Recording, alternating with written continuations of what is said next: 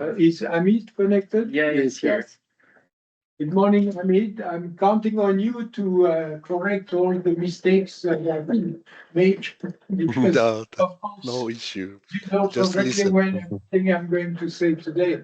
But, let's see how it goes. Donovan suggested that I start with a small historical account, so I will just do this first. Well, it turns out that the history of ADS is tightly linked to transmutation, not only because today we want to do transmutation with ADS systems, but it all started with transmutation in some way. Remind you that in 1919, Rutherford observed the first transmutation of nitrogen into oxygen. And at that time, he was using alpha particles produced with radon 222. At the time, polonium had been discovered by Marie Curie at the end of the 19th century, so people also use alpha from polonium. But what is interesting is that the contribution of Rutherford is that Rutherford realized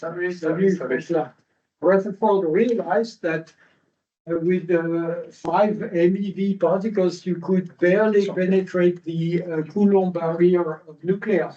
So he went to physicists and he told them, why don't you try to accelerate particles so that we can really go deep into nuclei. So that was contribution of Rutherford, and one of the people who heard the suggestion was Lawrence in the US. In fact, what Lawrence did, he discovered a publication. It was a thesis work done at Aachen by a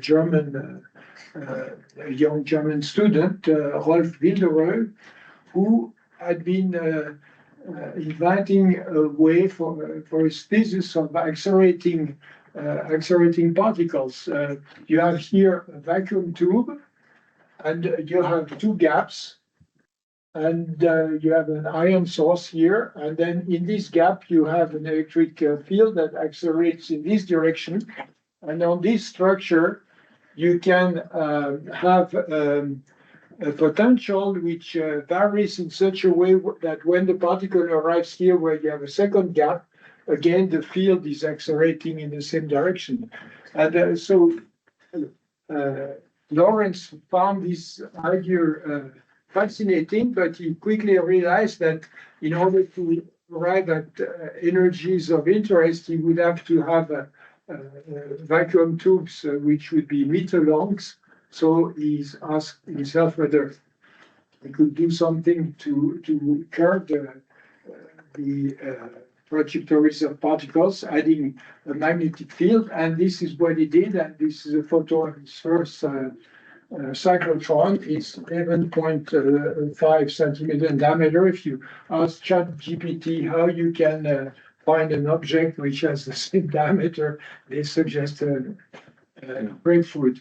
So anyway, what Lawrence realized that if you equate the centrifugal force to the electromagnetic force, you get a velocity which is proportional to the radius. And that means that no matter what the velocity is, the frequency is constant, and that is why you can accelerate the beam in a cyclotron each time it comes to the accelerating structure, because no matter what the radius is, they all come at the same time.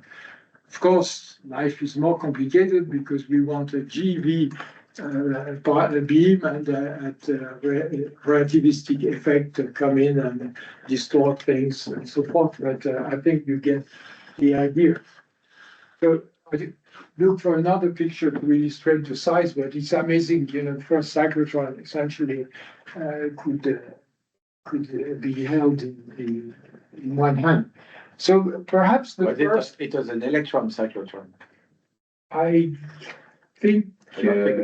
Maybe we can keep the question. Sorry. Yeah. Can ask ChatGPT. Could be. At the end, we have a So Q&A. the first really use of ADS was probably by Seaborg in 1941 because he used the first cyclotron, the 60-inch cyclotron that Lawrence built to send deuterons on uranium, on natural uranium, and the purpose was to try to breed Pu-239, and that's what he did. He discovered plutonium-239. All right, so, well, the first steps towards ADS took place, well, first with the work of Lawrence, but shortly after the war, at the end of the 1940s, beginning of 1950s, Lawrence pushed very strongly a project which he called Materials Testing Accelerator at Livermore, and the purpose was to produce plutonium using Oak Ridge depleted uranium. In 1952, roughly at the same time, Lewis in Canada invented the idea of electrobreeder because Canada has very little uranium but plenty of thorium. So Lewis, who is the main developer of the common type of reactors, looked for ways of producing U-233 from thorium. So this is exactly what we are doing today.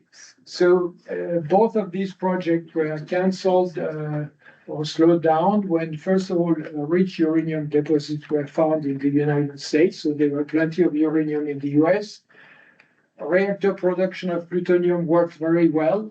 And so for Lawrence to be competitive, he would have had to have a beam of several hundred milliamps, several hundreds megawatt of beam power, and it was clearly beyond the possibilities of accelerated technology at the time. I remind you the purpose at the time was really breeding various things, not producing energy or something else. So there was no amplification in the system. So everything had to come from the accelerator. Then in 1992, the US decided to stop the development of fast reactors. The fast flux test facility at Argonne was shut down. It was a sodium-cooled fast reactor.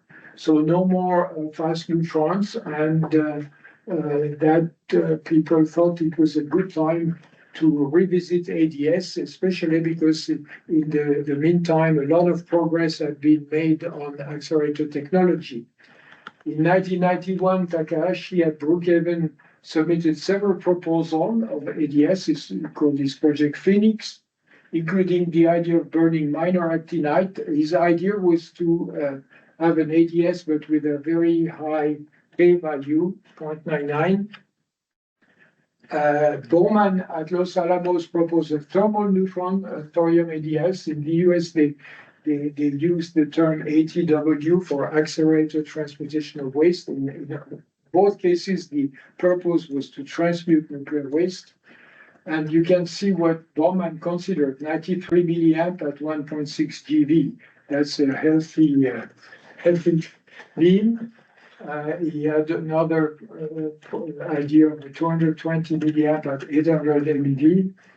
And at the same time, 1992, Japan launched the Omega project at Jerry at the time. That was JAE. So then comes Robia. At the 1993, he was still Director General of CERN. So I was with him, and he had me working on his ideas. He was busy running CERN. But he started something in a very systematic way. He first developed innovative simulation of nuclear systems based on the type of simulation we do in particle physics. It's interesting that at the time there was no real simulation of nuclear reactors. In fact, I remember when we were planning those experiments, a group from Saclay came and they told us, we know that a simulation that works for one system doesn't work on another system because they never really had simulation. They had parametrization of their reactors, so their simulation only worked in domain where they had operated the accelerator. So this was new. Of course, today everybody knows how to simulate nuclear reactors, but at the time it was not the case. Then, as a physicist, you want to test your ideas. So we design fit and talk experiments. I will come back to that a little bit. And then, if you want to simulate something with new materials, you need to know their neutronic properties. So we had the idea of this NTOF facility, which is really unique in the world, high precision, low background, and so forth. I will not discuss NTOF, but it's really crucial if you want to acquire precise neutron data so that your simulation is realistic. And this triggered a major R&D effort on ADS in Europe, especially Eurotrans, in various framework programs, and in the world. So, Eurotrans essentially touch all the elements of transmutation. Unfortunately, most of the money went to nuclear industry, who used this excuse to develop deep geological repository more than the transmutation itself. That's my comment. So at the time, you had many dead loops in the world. Most of them don't exist anymore. The one at PSI was dismantled. I think that TOL 3D in Sweden is still there. But, there were dead loop proliferation in China, in India, Japan, and so forth. And everybody got excited on studying lead properties. So that was the time where Rubia proposed his famous energy amplifier. There was a conceptual design, not an engineering design, but if you look at the system, it's very similar to what Transmutex does. It's subcritical, of course. It uses fast neutron, lead as coolant, relation target, and moderator, fuel based on thorium rather than uranium.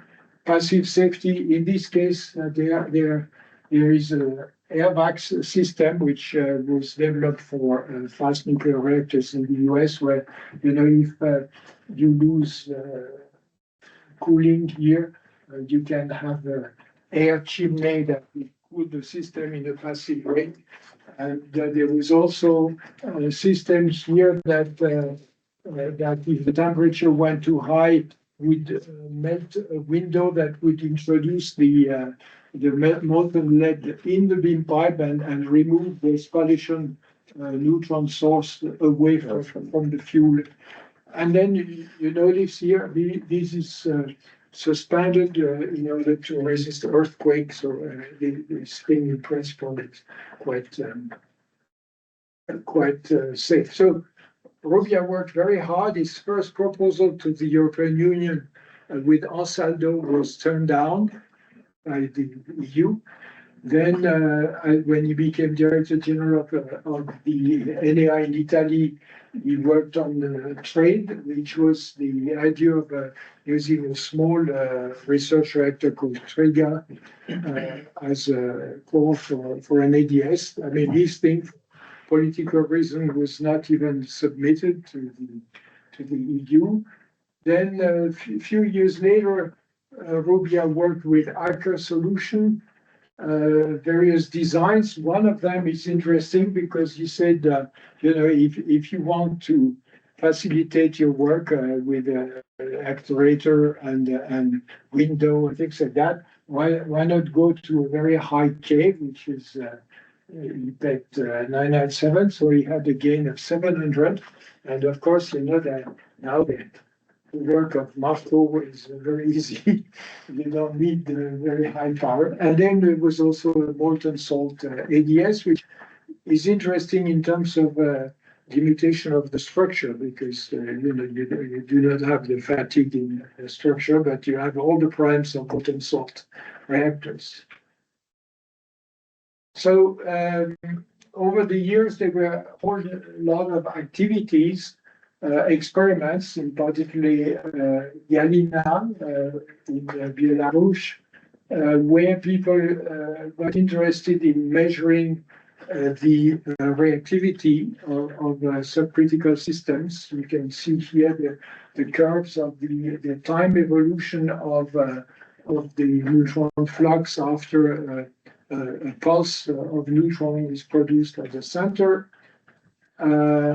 I think the most elaborated experiment is the experiment that Amit knows very well, Guinevere, which really worked on developing method for the precision measurement of K in ADS. And I will come back to that later on when I discuss the physics of ADS and explain how you can measure K. So this was Guinevere experiment. In Ukraine, Transmutex knows very well that there was a rather advanced project, which was the result of a negotiation between the US and Russia at the time where it was decided that all the weapons in Ukraine should be moved to Russia. And in exchange for that, Ukraine got a small electron beam ADS built for them by actually Argonne National Lab. It is a small ADS, and it was being commissioned when the war started. Otherwise, it would have been the first ADS. It was supposed to be a research device, and unfortunately, I think now most of it is dismantled. No, it's just outside. It was destroyed, but inside is okay. But anyway, we got the news 2 weeks ago. And then, of course, I don't dare talk to you about the most advanced project, which is Mira. I would give it to Amit, but we are actually extremely fortunate that Mira exists, because I think Transmutex is benefiting in many ways from all the work that Mira has done. And I think at one point, if you want to know more about Mira, we should ask Amit to talk to us about this. I would certainly don't dare say more about this in front of the boss. There is a very ambitious project in China. Actually, their ultimate ADS is a 1.5 gigawatt thermal ADS. The goal in China is not to use thorium, but to make the best possible use of uranium. So the idea is to reuse uranium coming out of their nuclear reactors and use it as fuel. And they will start with a small demonstrator of 10 megawatt. This is in Huichu, in the Guangdong province. It's called CIADS. And this is the latest news. My friend Chen Hesheng came to CERN in October and gave a talk. And you see here at the bottom, you see the simulation of the site. And at the top, you have on the left the high ion accelerator facility, high intensity accelerator ion facility, and the ADS is here. You can see the work is relatively advanced for this project. So over the years, there was a tremendous amount of project. Some of them completed, some of them canceled, but I think fortunately today at the bottom of the line we have Transmutex, which is hopefully will be the first commercial project in the field. Just for completeness, I want to mention a small crazy project in the US called SHINE. Crazy because, actually they're adding an extra difficulty. They have a small accelerator and they want to produce neutrons here using fusion.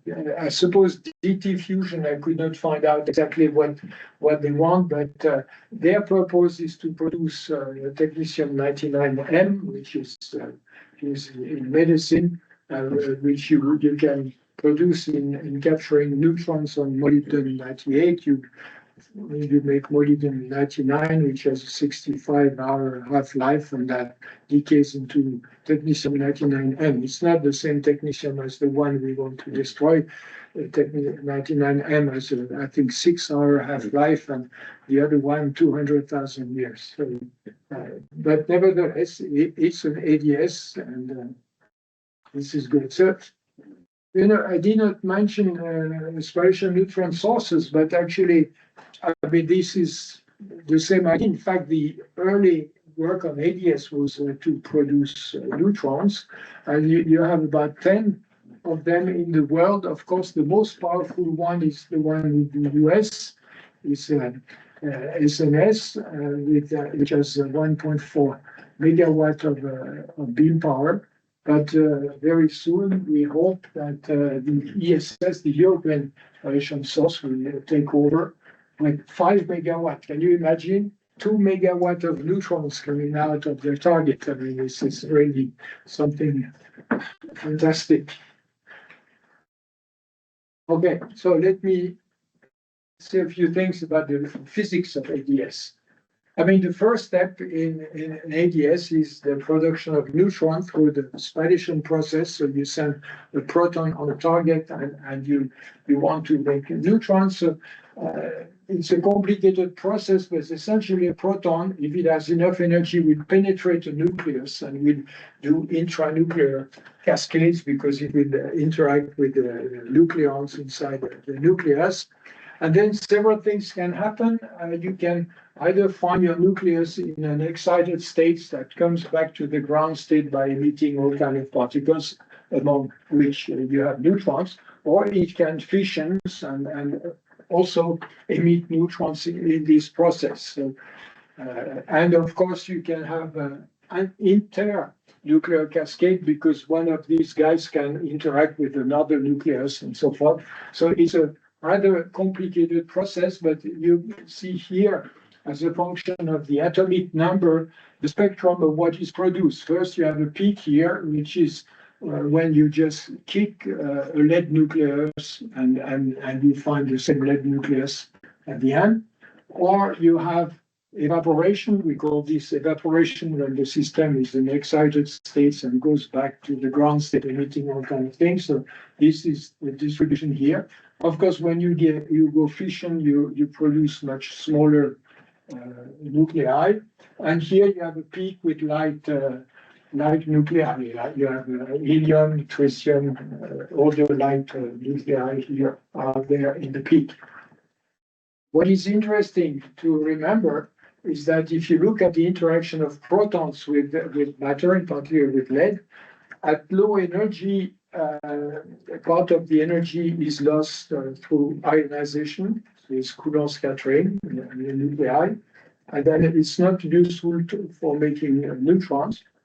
But if you reach something of the order 1 GeV, the ionization loss becomes negligible, and then you get the best out of your projectile in terms of neutron production. And above 1 GeV, essentially, if you increase the kinetic energy of the proton, then you increase in the same factor the number of neutrons you produce. So then you don't gain any more. You are already at the optimum. You could ask why not go to 2, 3, or 4 GeV. In fact, you don't gain either because as the energy increases, you start producing pions.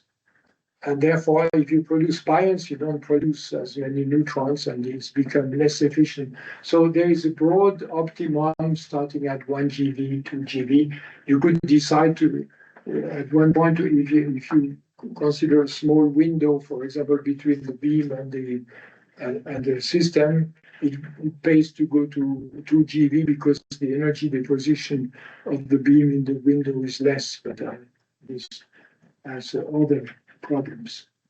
So, spallation is complicated but extremely well understood. You have all kinds of models that describe this. In particular, there is FLUCA that has been validated in all corners of CERN. It's used everywhere to plan, the effect of the irradiation by beam losses and the LHC and so forth. You have Mars also from Markov, which is also quite good. But you must understand this is essentially the core business of CERN, so it's well understood, when you have models, it's well simulated, and there is nothing to worry about that. So if you look at the spallation process in general, the yield of neutrons depends on which projectile you use. It could be electron, proton, neutron, tritium.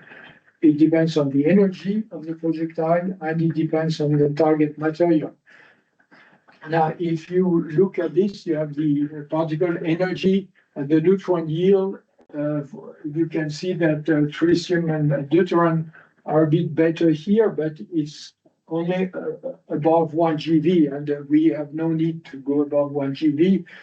And in addition, if you use tritium and deuterium, you irradiate the beam pipe and the accelerator, so it's not it's clearly not the best choice. And the electrons are not competitive either, because first of all, they don't produce as much neutrons as protons, so you have to compensate the lower yield by a higher beam intensity. And you have target problems because with electrons, the energy is deposited more locally, so cooling at a high power cooling is a problem. I remind you that there is an internal note in Transmutex by Samuel, whom you might remember, who studied that specifically. So for several reasons, the choice of target is lead, and the bottom line is that all you have to pay is 27 MeV to make a neutron. So if you take 800 MeV on the Transmutex, you should get about 29 neutrons per proton, roughly. This is order of magnitude. Yeah, okay. I should have shown this. Lead is not the best in terms of yield, but you would not make a target of neptunium or uranium or americium, and tungsten has absorption issues that lead doesn't have. So lead is the best choice. In fact, one of the reasons lead is the best choice is that it's one of the most transparent elements to neutrons. This is the capture cross section at a given energy, and you see lead and bismuth here.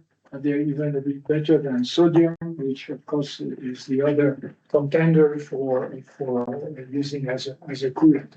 So very high transparency. This is due to the properties of the most abundant isotope of lead, which is lead 208, which is doubly magic. It's magic for the Z, it's magic for the number of neutrons, and so it's really excellent. The elastic scattering length is also very short. I will come back to that.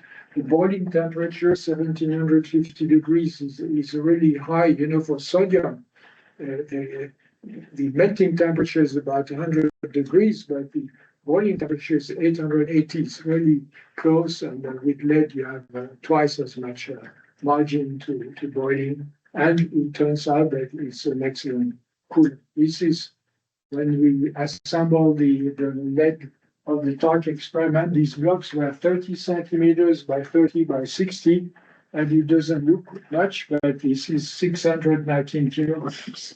So you have that. And you see how we manipulated them without touching. It was a suction device. And make sure you don't put your feet underneath, but it never happened that the blocks. And this is what happens when you send, in that case, it was 2.75 kinetic energy proton in the lead volume of TARC. I mean, this is 3.5 meter or 3.3 meter. And you can see what happens. I mean, neutrons live forever. They live for milliseconds, and you can see what happens if you are here near the center lead actually amplifies the flux in a certain sense because if you take a little surface, neutrons has a non-negligible probability to come back to the same place and contribute to the flux. So this is a very interesting feature of lead. So in fact, we made a very detailed measurement of the neutron flux in the system at various places with different neutron energy. But I want you to look at, we measured up to 1 MeV and down to the thermal neutron. So, you know, we measured the neutron flux on 8 orders of magnitude. I think this has never been done before since then, actually. But of course, this requires several techniques to make the measurements. You do not have just one detector you turn on. You have several detectors, and this measurement has been used as a benchmark for developing Géant, for example. You can see this is taken, I forgot the reference, is taken from the Géant 4 publications where they try to see whether the system, depending on which model they use, reproduces the target data. So a few words on lethargy. What is lethargy? Lethargy is actually the mean energy loss between two elastic collisions. And for lead, this is of the order 1%. And it depends only on the ratio of the mass between the neutrons and the nucleus. If you take hydrogen or protons, you can lose 100% of your kinetic energy in just one collision. With lead, you lose only 1%. You know, if you go to sodium, you can see sodium is clearly not as good as lead, and that explains why in our system with lead we have a neutron spectrum which is harder than the spectrum in fast sodium reactors, and this helps in transmutation efficiency. And so, since we are talking about lethargy, you see that the neutrons we produce are produced in this region where we are around 1 MeV of this order. And you can imagine that neutrons produced here, they undergo many, many collisions and they slow down.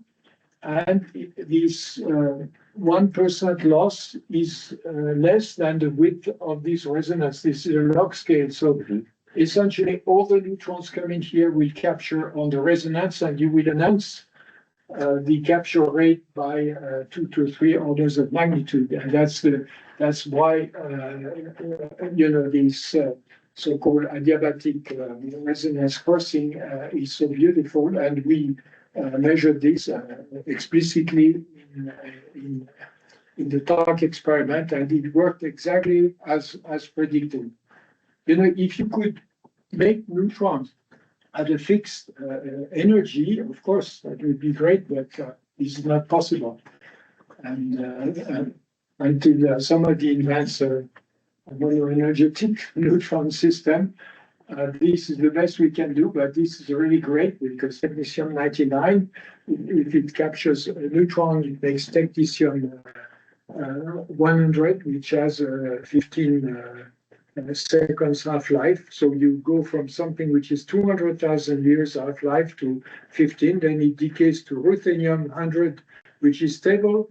Then you might say, well, but what happens if ruthenium 100 capture a neutron? It makes ruthenium 101, which is also stable, and 102 is also stable. So, I mean, this is the perfect textbook example. I think technetium transmutation is the best you can do. So if you look at the energy distribution of spallation neutrons, you find that there is a difference from what you have with fission neutrons. And the difference, the average value is almost the same, slightly higher, maybe 2 MeV instead of 1 or something like that. But the main difference is this tail at high energy. And by the way, we talked about these guys want to use DT neutrons. They would be at 14 MeV, which is also a problem for other reasons. But this thing is important. So let's go now to some discussion on core physics. Of course, you've all seen this. If you produce N0 neutron by spallation, then these neutrons will induce fission, so they will produce a number of other neutrons, and then you will produce K times N0 neutrons for the first generation, and so forth and so forth. And if you make the sum, you find this famous formula. And if K is smaller than 1, and you take the limit when N goes to infinity, you just get this. So this is the famous factor 1 over 1 minus K. So you can define for an ADS system an energy gain factor, which is the ratio of the energy produced in the EA and the energy injected in the beam. Just a small thing, sometimes people include here the beam energy. So if K is large, it makes no difference, but it's just a matter of definition. But if you only take the energy produced, you don't include the beam energy. Anyway, then you get this, and then the gain is a certain constant times K over 1 minus K. And this is really something that helps you understand the physics of the system in terms of what you do with the beam. By the way, this G0, as we saw, the yield is better for uranium. So in the FIT experiment, we had a uranium target, and the G0 was about 3, and for lead it's 2.2 or something like that, a bit lower. So if you want to optimize your system, you have to optimize the energy gain, because the more energy you produce with the given accelerator power, the better it is. So that means G0 should be maximized from the point of view of spallation. Spallation, we already saw that you need an energy of about 1 GeV. And you also need to optimize another effect, which has to do with the geometry, with the arrangement of the core, which is essentially the coupling between the source and the accelerator. The better the coupling, also the better things are. This we checked specifically with the FIT experiment. You have here the gain as a function of proton kinetic energy. So it's easy as CERN. You just change the proton beam energy and you measure, and you saw that below 1 GeV, the gain is not optimum, and essentially it's constant, and probably it goes down a little bit here, and we confirm that thing. And this was done with a 3.6 ton of natural uranium, and the K was about 0.9. Of course, life is always a bit more complicated. It is clear that the multiplication of the neutrons coming from spallation is not the same as the multiplication due to the effective K of the system for several reasons, because the geometrical distribution of those neutrons is not the same as what you would have if you had a critical system. Their energy is different and so forth. So it turns out that instead of having K, you have a coefficient here in front, which you find only for the first generation, because very quickly fission take over, and then you have distribution that come closer and closer to the distribution of the critical system. So that's why you don't get epsilon square for the next one, but just epsilon. And if you make the sum, you can get a relation between the effective K and epsilon, which is called the importance of the source. It quantifies the source. So you are led to introduce another definition of K, which is 1 minus N0 by N dot, N0 is the spallation neutron, and N tot is the neutrons that you produce in the system, or inversely, you can define a source multiplication, which would be N tot over N0, which is related to K source. So in an ADS, we have to deal with two different definition of K, and we have to be a bit careful, but it's quite interesting. If you want to know more about this, there's a very nice Transmutex note that was written on the subject, which explains how you relate K source to K effective. In fact, you can see here for various values of epsilon, and in fact, epsilon can be smaller than 1 or larger than 1. At the time, we were considering doing something at Troysk a long time ago. So some of you who were there at the very beginning, you remember. And this is the K for the first year. So if K is larger than 1, it's quite interesting. The K source is slightly larger than K effective, which is really good because that means when you switch off the accelerator, K goes from K source to K effective and it goes down. If the K is less than 1, it goes in the opposite direction. But you can see that these effects are there and should be understood. So if you want to build an accelerator to drive an ADS of a given power, you find that the beam power is 1 minus Ks over G0. So clearly, there are two parameters that determine the beam power that you want to reach a certain power. And this is clearly a trade-off between beam power and criticality. The closer, the larger K, the smaller the beam power. So you can see here, take 0.98. This was the Rubia system with the 15 megawatts. So you needed 12 milliamps. And you can see, well, here is 500 megawatt. It's not too far from what we need with Transmutex, but it's here with 500. It's between 4 and 5 megawatt. All right. So subcriticality.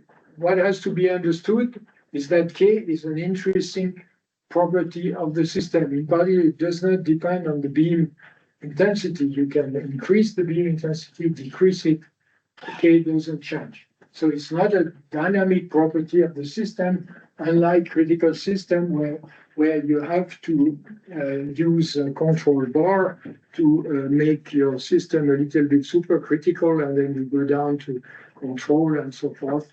No, the K is a choice of the system.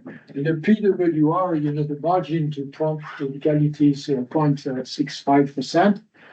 If you go to a system with the plutonium or Capra, you get to 0.25%. It becomes smaller. So these systems are getting closer and closer to prompt criticality. If you have only minor actinide, it gets even worse. And it's one of the reasons why in those systems you cannot put as much fuel as you want to transmute. And this is to be compared with what you do with ADS. Even with the 0.98, you can see the margin is enormous compared to the margin of those systems. And that means that you are totally free of putting whatever fuel you want because you don't depend on the delayed neutron fraction.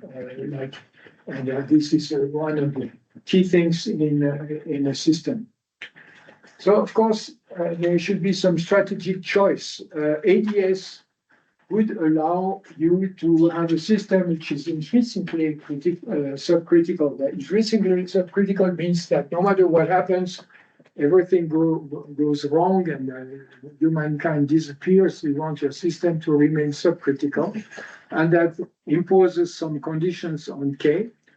Or, since if safety agencies tell you in any case you need control bars, so why not take advantage of the control bars and say we can operate at a higher K, but then we use control like a system. So these are the two basic options of an ADS which have to be chosen. So if you want to remain subcritical forever, this is a K value. So first of all, you have to agree with the safety agencies what safety margin you want.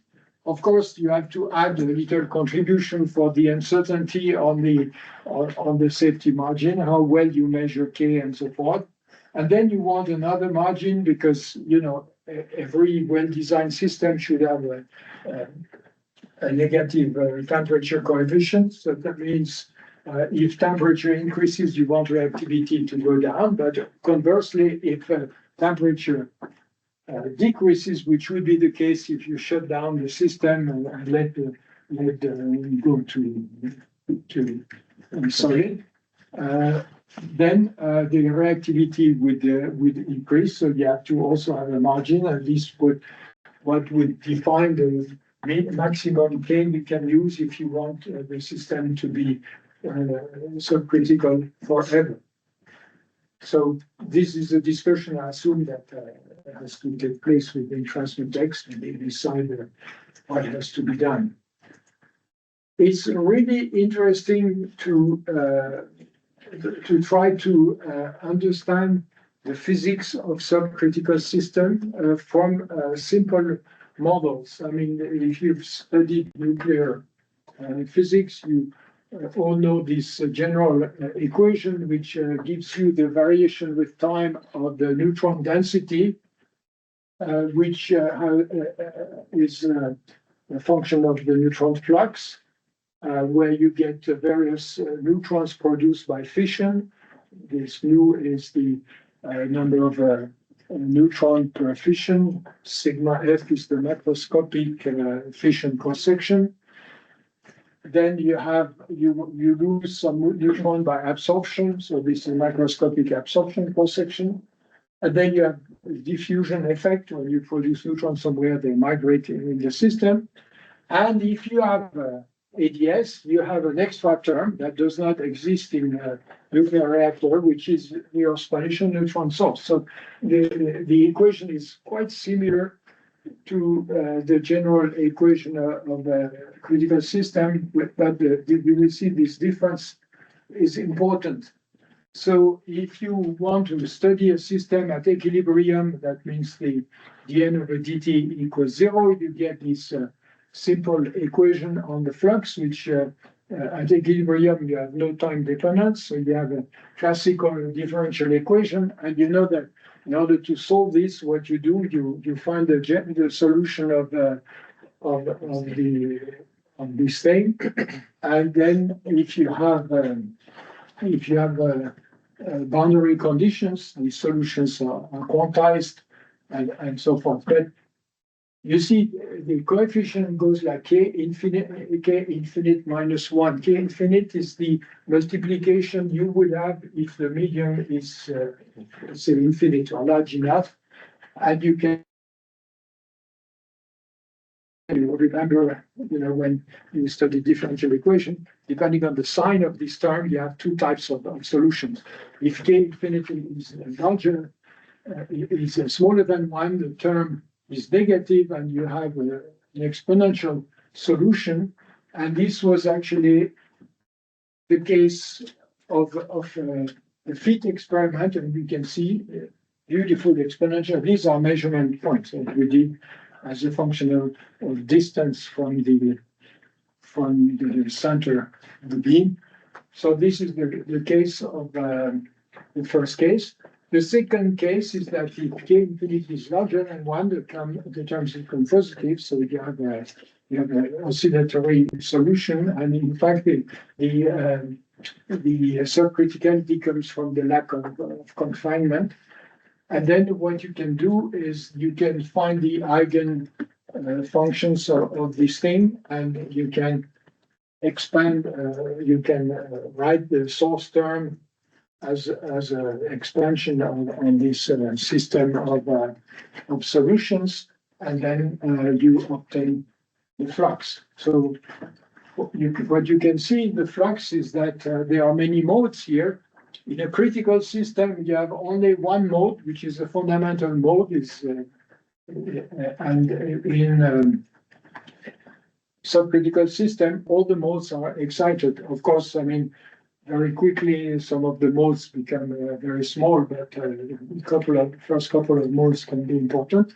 And then I remember a bit of fun with Rubia when we proved a theorem is that, you see, each mode comes with its own multiplication factor because each mode has a different geometry, so they all have different multiplication factor. So we proved that if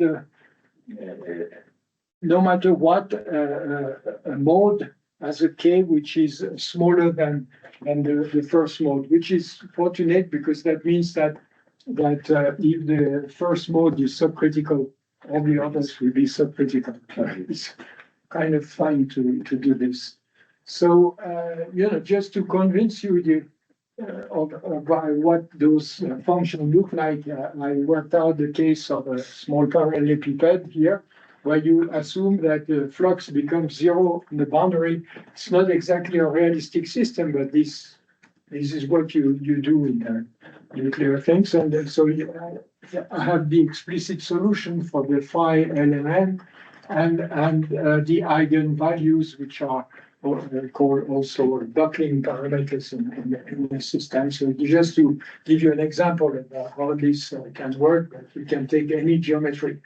What's more interesting to us is the time dependence of this type of system. So now I can introduce the time factor in the flux expansion, plug this in here, noting that the flux is the velocity times the neutron density, and get this equation for this time thing. You can do this yourself, it's relatively straightforward. And then what you find is that the flux picks up a time dependence, which is 1 minus k. And this is really interesting because you can imagine that, let's go to the fundamental mode, for example, you have 1 minus kf. And you can see that if 1 minus kf becomes 0, that means if you can critical, then the flux is there forever. However, if k is less than 1, then the flux drops exponentially with time. And this is really something interesting because this is one of the ways we can use to measure k of the system with great precision. I mean, already Fermi, when he built this pile in Chicago, had used this to find out how close he was getting to criticality when he was adding the piles.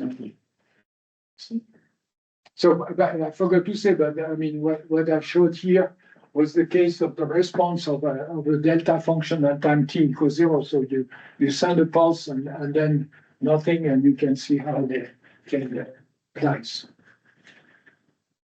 So to come back to the neutron multiplication factor, in a critical system, it's defined as the ratio of neutrons you produce and the neutrons you lose, either through absorption or leakage. And if you are in an ADS, you have to add this delta K. I mentioned that the K source, the KF becomes K source, and they're different. And this term might be positive or negative depending on the properties of the system. And this due to, I've already said, maybe I forgot to mention that one difference is that when the solution is on, because of these high energy neutrons, they make NXN reactions. So there is amplification due to this, which is not there with fission neutrons. And therefore, that's one of the reasons why you get this difference here.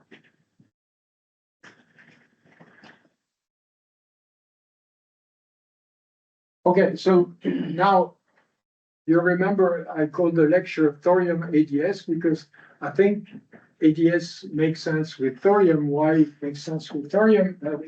People have understood already a long time ago that with thorium, you produce a lot less of these elements that we call TRUs. But it's a simple fact that thorium 232, which is natural thorium, is several neutron capture away from plutonium, and therefore each time you pay a probability to get here, and you deplete completely, you reduce completely the probability of producing waste. So thorium is already good in itself because waste production is smaller, and you can see this in another feature of the system, which is linked to this. You know, in any system where you can either produce neutrons and destroy neutrons, produce an element or destroy an element. If you wait long enough, you attain an equilibrium, and this is what we call that breathing equilibrium or something bad. And if you're above the equilibrium, then nature wants to come back to the equilibrium. So the way to do it is to burn the element. If you're below equilibrium, you want to come back to equilibrium, then you breed the element. So that's the difference between breeder and transmuter. In a system with uranium plutonium, the breeding equilibrium is at 15% plutonium. This is taken from CEA, where they did a study for Capra, which was supposed to be a breeder for breeder reactors. So you see that here is the net transmutation of plutonium. Of course, you have to be above the equilibrium, as I said, to burn. And you see that this is what you do. And the difficulty is that if you are in a system with already 15% plutonium, a critical system, it's hard to increase this much beyond 20%. So you're already confined to very small transmutation rates. Now, if you go to thorium, well, of course, U233 has almost the same equilibrium concentration as plutonium in uranium system. But what's interesting is to look at where plutonium is. The first plutonium element that comes in is U238, and you see we're talking about 10 to the minus 6. So maybe the equilibrium is a bit higher, but we are talking about equilibrium concentration very, very small, which means as soon as you put even only a few percent of plutonium mixed with thorium, you will always be here and you will transmute. And this is really the essence of the system. You can, I have done a little note on the analytical studies of the properties of U233 in thorium, and you can calculate, just doing Bateman, the equilibrium concentration as a function of neutron energy. And by the way, the equilibrium concentration I find is 14.4%, so it's very close to what we have for uranium. It's a bit flux dependent, so of course you have to take this flux time into account. You see, if the flux is small, 0, you only have this time. So on the left, you have neutron energy versus the ratio of plutonium to uranium, and on the right, you have the same thing as a function of U233 over thorium, and you see it's relatively similar. Of course, there are differences in the resonance region, but this region here is not so different. What is different really is the kinematics of the two systems. You see that when you capture a neutron on U238, you make U239, which has a half-life of 22 minutes to decay to neptunium. In the case of thorium, you make thorium-233, which has almost the same half-life. So you produce protactinium in a very similar way you produce neptunium in the other system. However, the difference is here. Neptunium has a 2.3 day half-life, and protactinium has 10 times more half-life. So that changes completely the kinematics of the system. And you can see this in a small simulation I made. This is the ratio of uranium-233 to thorium, and this is time, and we look at what happens starting from the system at equilibrium. Suppose you want to increase the beam energy, the beam intensity. What happens? You start burning more U-233 before protactinium has time to refurnish, and therefore the ratio you consume U-233 until eventually you come back to equilibrium. That means that K decreases. If you do the inverse and you reduce the beam, then K increases. This line corresponds to the total shutdown. And this is what you see, the ratio changes. And if the ratio changes, that means the K value increases. Now, at equilibrium, U-233 contributes of the order of 20-25% of K. So, if you look at what happens if you do complete shutdown, the delta K is 0.004 after 10 days. You see, the things are extremely slow, and it takes a couple of 100 days, almost 300 days to have the max. In practice, we probably won't ever reach the equilibrium, so probably, the effect will be even smaller because here I started from equilibrium, but if you make cycle of 1 or 2 years, probably you don't have time to reach equilibrium, so these effects are even smaller, and this is something that will be interesting to play with in the simulation of start. So because of the subcriticality, we have a very different response of a subcritical system and critical system to insertion of reactivity. I won't go into the details of this, but essentially the simulation shows what happens if you take a critical system and you remove all the control bars. The power shoots up it's a log scale by almost 2 orders of magnitude. Since the temperature coefficient has the right sign, then the reactivity goes down, and then it goes up. But you can imagine that if you increase by 2 orders of magnitude, the power in the core of your system is dead. And this is what happens with the same thing for 2 values of KF of the subcritical system. Essentially, nothing happens. And not only that, but it happens, the milliseconds is very long. It takes 100 microseconds to shut down a beam. So you could even, this is when you shut down the beam here. So you could even shut down the beam, but we are talking about 20-30% increase in the power, and nothing dramatic, and certainly. It's interesting, there is a paper by Takahashi who made a similar comparison and which is the same thing. So subcritical systems are really safe in terms of insertion of criticality. So what happens is that the K value changes in an ADS as a function of run-up. So this is the effect I mentioned. If you start, this is an arbitrary scale, but if you start somewhere here, the system, at the beginning, you burn faster than you burn U-233 faster than protactinium can replenish. So your inventory decreases, and then the breeding takes up, and then something else happened.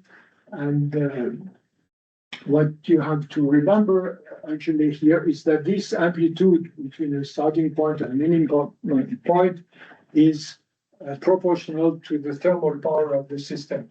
So in the case of a start, It's about 2.5 times smaller than in the Robia case where we have 1,500.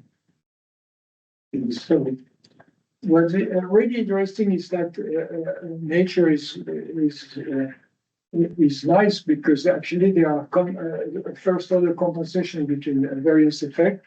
You can see the contribution to K of various effects. So here is the breeding of U233, which decreases K.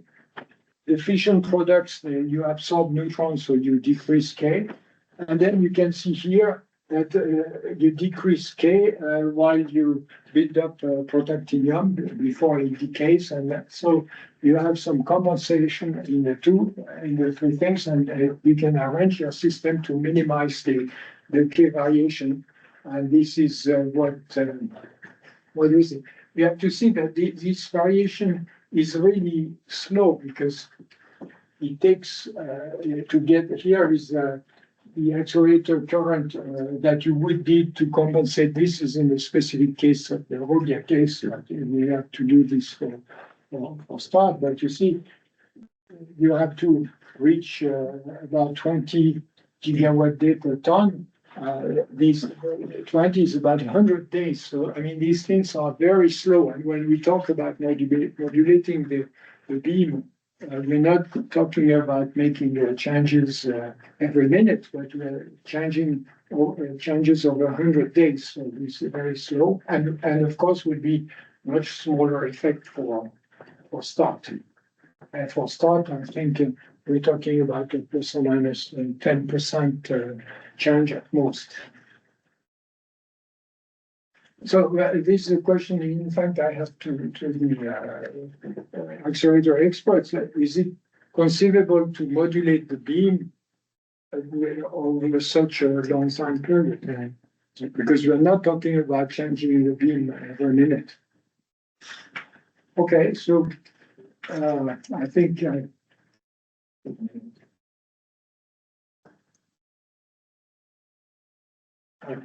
reached roughly the conclusion. So I hope I covered more or less what you expected.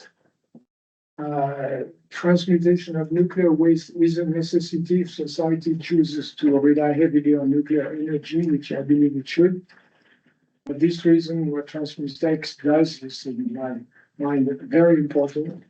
It is a challenge, of course, because it has not been done before, but this is what makes it more exciting. And by the way, I did not discuss this, but clearly on the way of developing these technologies, there will be fallout of the technological development. There will be application to the field of, I mentioned medical applications, but I'm sure there will be also other things. So this is why I think that what we do here is very great. Amit, is there anything I should have mentioned which I forgot?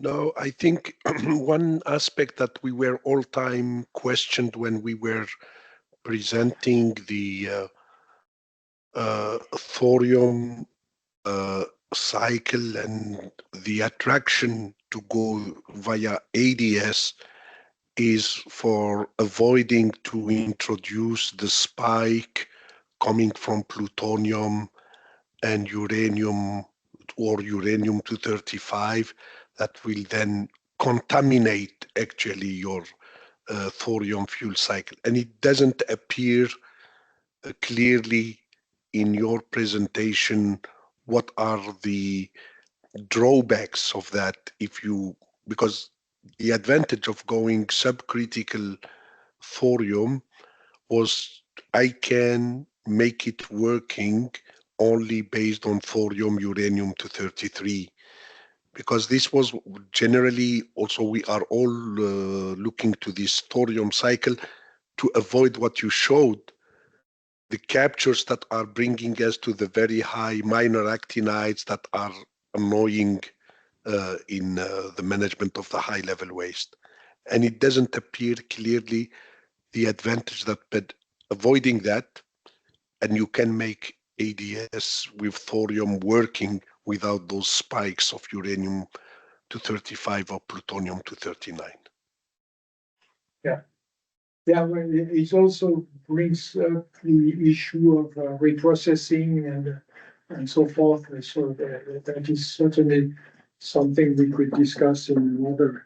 Yeah, because this is one question that we will be facing if we say, okay, this is fantastic, this work, etc.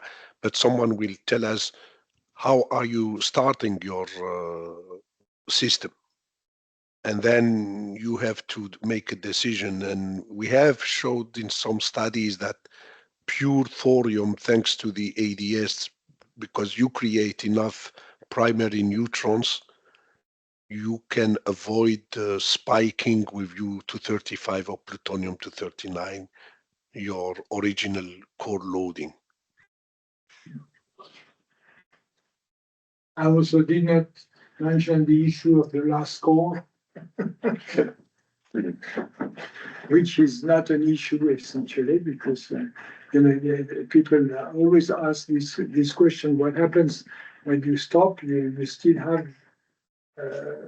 have TRU coming from the last core, but you can put this TRU in an ADS with an inert matrix, and you use your accelerator as long as you want until you burn everything. I agree with you. This is a wrong question. Just people willing to be kidding. I mean, we have that in whatever reactor. I mean, but this issue of the starting of the fuel cycle of thorium is very important, because we have to avoid any, how to say, contamination of the thorium fuel cycle with uranium fuel cycle originating.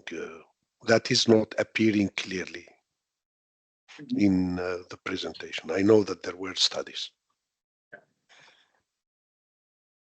I have a question as well. One of the operational issues in critical reactors is xenon buildup and xenon poisoning. You didn't mention xenon. Is that? I mean, I could imagine that if you have a beam trip and maybe you want to start the reactor very quickly again, that you may have some kind of xenon poisoning issues, which will prevent you starting up as quickly as you want to. Is that an issue at all in subcritical reactors? Fortunately, it's not at all an issue. You see, with fast neutrons, all elements have about the same capture cross section. So xenon behaves like any other fission fragments, and there is absolutely no problem of xenon poisoning, which is totally different thermal system. So I should have mentioned that there is no xenon problem. But actually, it was the case at shipping port that when they used the thorium uranium to switch refuel, they were able to modulate the power up to 50% within a few minutes, which is exceptional compared to any other system, because there was no xenon production. The xenon problem was indirectly responsible for Chernobyl, because we shut down and the xenon went up, and it has a huge, I don't know, 15,000 barns or something like that. The capture cross section is enormous, but for fast neutron, essentially all the elements have the same capture cross section, which is low, so no problem at all. But I think the remark of Tony is very important also, because you should keep in mind the majority of people that have been educated, even in nuclear, they have been educated with thermal reactors, and they don't know anything about reactor physics of fast reactors. They think it's the same. And then there are some reflex they have, which are very important issues in the thermal reactor, that pop up directly as a concern.